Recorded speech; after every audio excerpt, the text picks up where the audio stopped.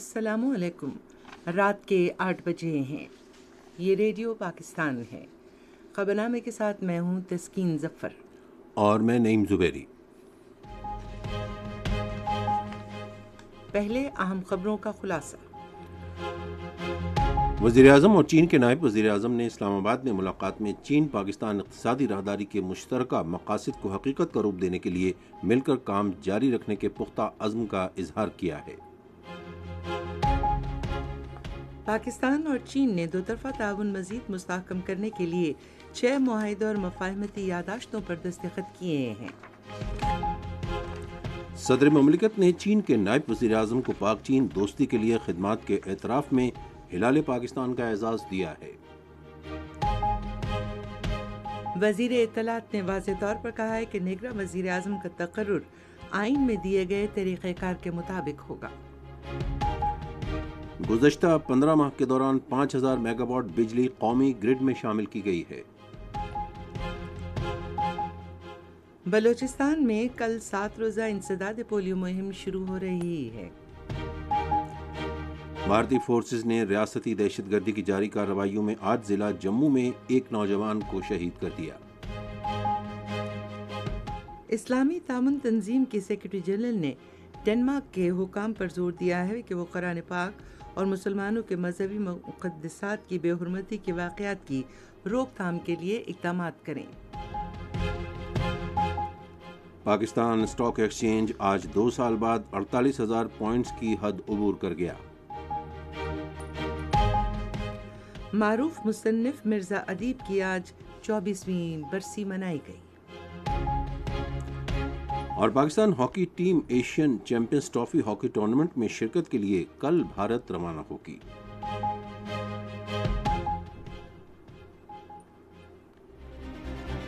Radio Pakistan کی official mobile app, جہاں آپ کو ملے گی ریڈیو پاکستان کے تمام میڈیم ویوز اور ایف ایم چینلز کی لائیو سٹریمنگ، تازہ ترین خبریں، ریڈیو پاکستان کی دلچسپ پوڈ کاسٹ سروس اور بہت کچھ۔ تو ابھی وزٹ کریں radio.gov.pk/apps اور اپنے موبائل فونز پر ریڈیو پاکستان کی official mobile app download کریں۔ ریڈیو پاکستان، قوم کی آواز۔ اور اب خبریں ہوں گی تفصیل کے ساتھ، پہلے نعیم زبیری۔ پاکستان اور چین نے چین پاکستان اقتصادی راہداری کے مشترکہ مقاصد کے حصول کے لیے مل کر کام جاری رکھنے کا پختہ عزم ظاہر کیا ہے۔ اس حوالے سے اتفاق رائے پاکستان کے دورے پر آئے ہوئے چین کے نائب وزیر اعظم ہالی فنگ اور وزیر اعظم شہباز شریف کے درمیان آج اسلام آباد میں ملاقات میں ہوا۔ ملاقات کے دوران فریقین نے سی پیک اور دو طرفہ معاشی اور مالی تعاون سمیت باہمی تعلقات کے کئی پہلوؤں پر تبادلہ خیال کیا۔ دونوں ملکوں نے پاکستان کی سماجی اور معاشی ترقی کے لیے سی پیک کی مرکزی اہمیت پر بھی اتفاق کیا۔ پاکستان میں سی پیک منصوبوں پر کام کی رفتار پر اطمینان کا اظہار کرتے ہوئے فریقین نے کہا کہ سی پیک کے آغاز کے 10 سال مکمل ہونے کی تقریبات اس اہم منصوبے کو دونوں ملکوں کی قیادت کے تصور کے مطابق مزید وسعت دینے کا نیا نقطۂ آغاز ہیں۔ وزیر اعظم نے پاکستان کی اقتصادی ترقی کے لیے چین کی مدد کو سراہتے ہوئے کہا کہ تصویراتی شراکت دار اور بااعتماد دوست ہونے کے ناطے دونوں ملکوں نے ہر مشکل وقت میں ہمیشہ ایک دوسرے کا ساتھ دیا ہے۔ اس موقع پر اظہار خیال کرتے ہوئے چین کے نائب وزیر اعظم نے پاکستان کی ترقی اور خوشحالی کے لیے صدر شی جن پنگ کا چین کی پختہ حمایت کا پیغام پہنچایا۔ انہوں نے کہا کہ پاکستان اور چین کے درمیان دوستی منفرد نوعیت کی ہے اور دونوں ملکوں کے عوام کے درمیان گہرے دوستانہ تعلقات کی وجہ سے وقت کے نشیب و فراز کے ساتھ مضبوط ہوئی ہے۔ حالی فنگ نے اعادہ کیا کہ ایک آہنی بھائی اور تصویراتی شراکت دار کے طور پر چین پاکستان کی موجودہ معاشی اور مالی امداد جاری رکھے گا۔ دو طرفہ تجارت اور سرمایہ کاری تعلقات کو مزید مضبوط کرنے کے لیے وزیر اعظم شہباز شریف کی سوچ کا خیر مقدم کرتے ہوئے نائب چینی وزیر اعظم نے پاکستان کی چین کو زرعی اور غذائی کی برآمدات بڑھانے کے لیے آمادگی ظاہر کی۔ پاکستان اور چین نے دو طرفہ تعاون کو مزید فروغ دینے کے لیے 6 معاہدوں اور مفاہمتی یادداشتوں پر دستخط کیے ہیں۔ معاہدوں پر دستخط کی تقریب آج اسلام آباد میں ہوئی۔ وزیر اعظم شہباز شریف اور چین کے نائب وزیر اعظم ہی لی فنگ بھی اس موقع پر موجود تھے۔ ان معاہدوں اور مفاہمت کی یادداشتوں کے مطابق پاکستان اور چین نے سی پیک کے تحت ماہرین کے تبادلے اور پاکستان سے چین کو خشک مرچوں کی برآمد کے سمجھوتے پر اتفاق کیا۔ فریقین نے شاہراہ قراقرم فیز 2 منصوبے کی ڈیزائن کی تبدیلی کے قابل عمل ہونے کی جائزہ رپورٹ اور صنعتی کارکنوں کے تبادلے کے بارے میں مفاہمت کی یادداشت پر دستخط کرنے کے علاوہ اسٹریٹجک ML1 منصوبے کو مکمل کرنے میں بھی گہری دلچسپی ظاہر کی۔ اس موقع پر اظہار خیال کرتے ہوئے وزیر اعظم شہباز شریف نے کہا کہ سی پیک کا دوسرا مرحلہ شروع ہو رہا ہے، جس کے تحت انفارمیشن ٹیکنالوجی اور زراعت سمیت مختلف شعبوں میں سرمایہ کاری کی جائے گی۔ انہوں نے کہا کہ اقتصادی راہداری کے تحت پاکستان کی توانائی اور پن بجلی کے شعبوں، سڑکوں کے بنیادی ڈھانچے اور پبلک ٹرانسپورٹ کے شعبوں میں $5 ارب سے زائد کی سرمایہ کاری آئی ہے۔ وزیر خزانہ اسحاق ڈار نے کہا ہے کہ پاکستان اور چین کے درمیان معاشی اور سفارتی تعلقات مستقبل میں نئی بلندیوں کو چھوئیں گے۔ انہوں نے آج بینک آف چائنا اسلام آباد شاخ کی افتتاحی تقریب سے خطاب کرتے ہوئے کہا کہ چین نے ہر مشکل وقت میں اور عالمی فورمز پر ہمیشہ پاکستان کی حمایت کی ہے۔ وزیر خزانہ نے کہا کہ پاکستان مشکل ترین صورتحال سے بڑی حد تک نکل چکا ہے اور ایک ریٹنگ ایجنسی نے بھی پاکستان کی درجہ بندی بہتر کر دی ہے۔ سی پیک کا ذکر کرتے ہوئے وزیر خزانہ نے کہا کہ راہداری منصوبے پر کام کی رفتار تیز کر دی گئی ہے۔